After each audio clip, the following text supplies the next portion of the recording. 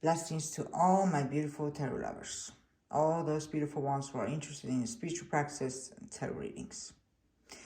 Well, this video is simply requested because there are so many people who have been asking about what the messages means, how to read the cards, how to do a shortcut, if I say so, and they want to learn fast. So I'm going to give you a very short video here and try to do my best to explain the most important things that you need to know when it comes to tarot readings, and especially if you want to learn yourself. It doesn't matter what kind of tool you use. It doesn't matter what kind of tarot deck you purchase. It doesn't matter if you have 10 or 1. The most important thing that matters, that really matters when it comes to readings, when it comes to wonderful on-point readings, is simply one thing, and that is your ability, your psychic ability. Because when you have a strong psychic sense, you can so easy and so fast see the whole picture when it comes to your readings, when it comes to your spread. You don't need to sit there and asking, oh, what is number 7 meanings? Oh, what does pentacle? Oh, that's the earth element. And what is the color yellow means? You don't need to go in detail because you already have scanned the whole picture and you already know the answer. And always know this, that when you want to learn something, you need to really invest in it with your time, your focus, and your energy. There is no shortcut. And if you want to have a simple way for learning your tarot cards, well, I recommend you to buy yourself a beautiful notebook, name it your tarot journey, and start with dates. For example, today is Monday, 27th of December, for example. And today's message, for example, is 10 of Wands, okay? And you have no idea what 10 of Wands means because it's a new deck for you. Well, you basically write under the 10 of Wands, this is my feeling of it, this is what I feel from it, I feel and sense this.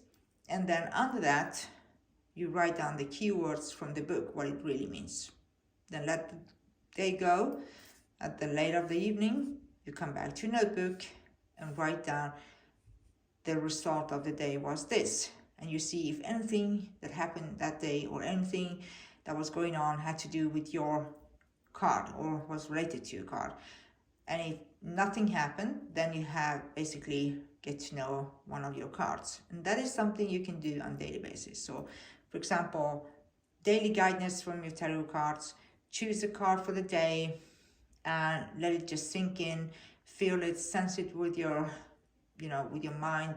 Just close your eyes and sense it. And then write down in your journal what you feel from this message. And then what the outcome was when the day was over. And you can do it with 3 cards or 2 cards as well. But this is just a simple way to get to know your tarot cards. One thing I want you to pay attention to is simply that when you purchase a new deck, when you get yourself a new tarot deck, it doesn't matter if it's an oracle or tarot.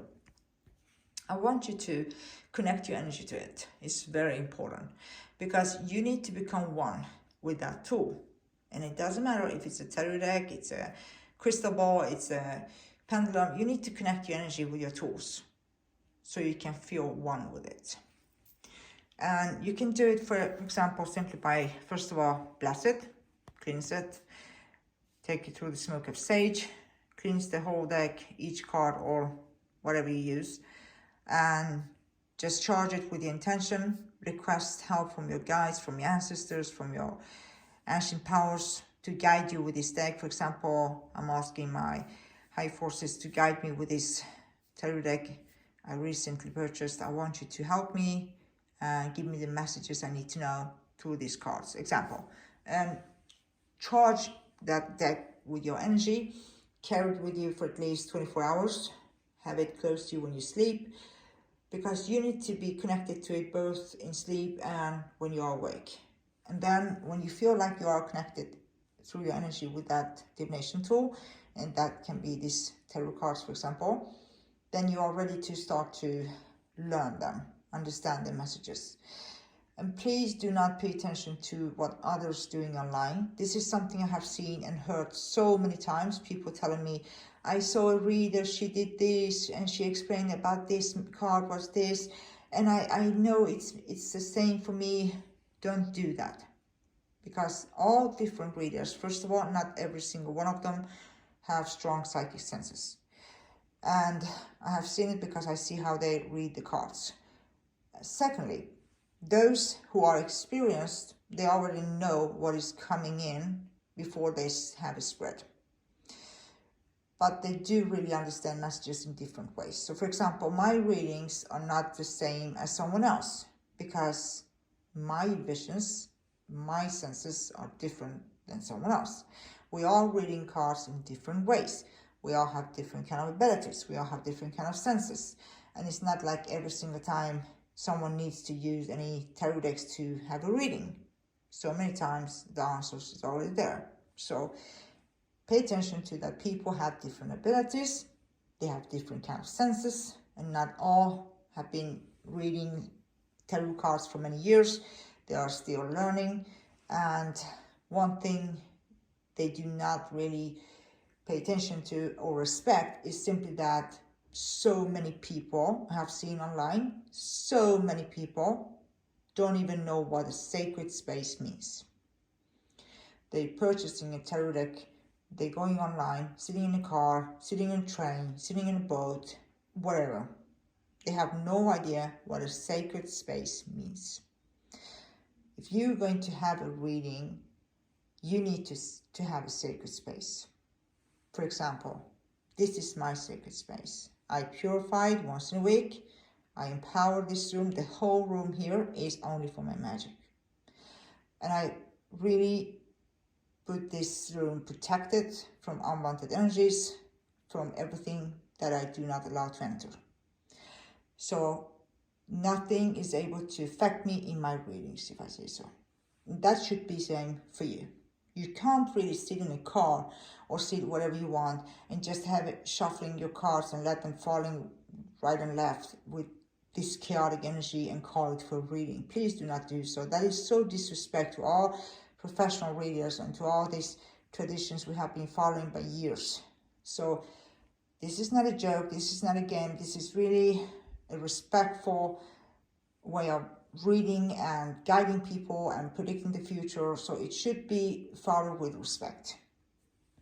And have a sacred space that is basically to protect your energy when you read and to not allowing any kind of energy affecting you.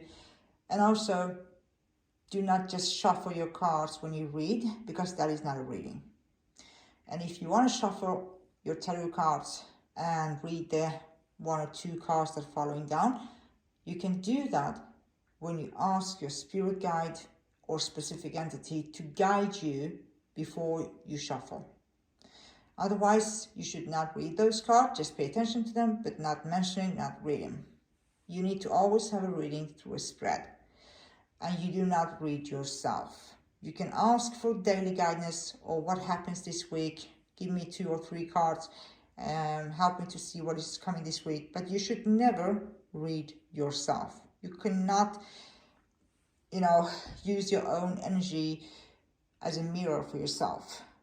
And that is not needed, because if you have a strong psychic sense, you already know what is coming to you this week or tomorrow. So you shouldn't use your tarot cards to have a reading for yourself. But anyway, I hope that this can be helpful for those who have been asking. When it comes to your tarot deck, readings, learning, there is no shortcut. There is no different or difficult or hard way to learn. It's simply all about your psychic senses. So if you have not really developed your psychic senses, I recommend you to start with that and start with meditation. Connect yourself to your higher self and ask your ancestors, your ancient powers, to be with you, to help you in your journey. Choose a specific spirit, angel, or entity that can help you, guide you, and basically focus on your own inner journey before you can guide someone else.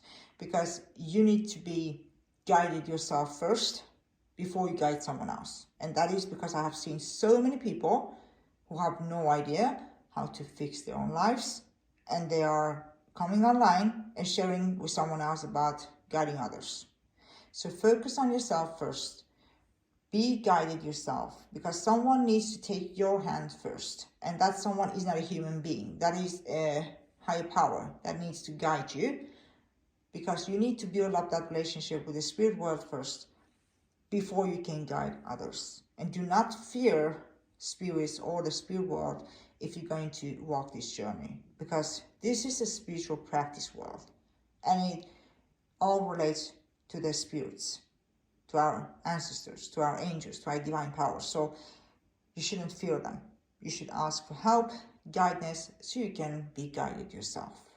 My best wishes to each and every one of those who have started their journey or who have been in this path for many years. I wish you all well. May all be peaceful, joyful, and in happiness, love and light.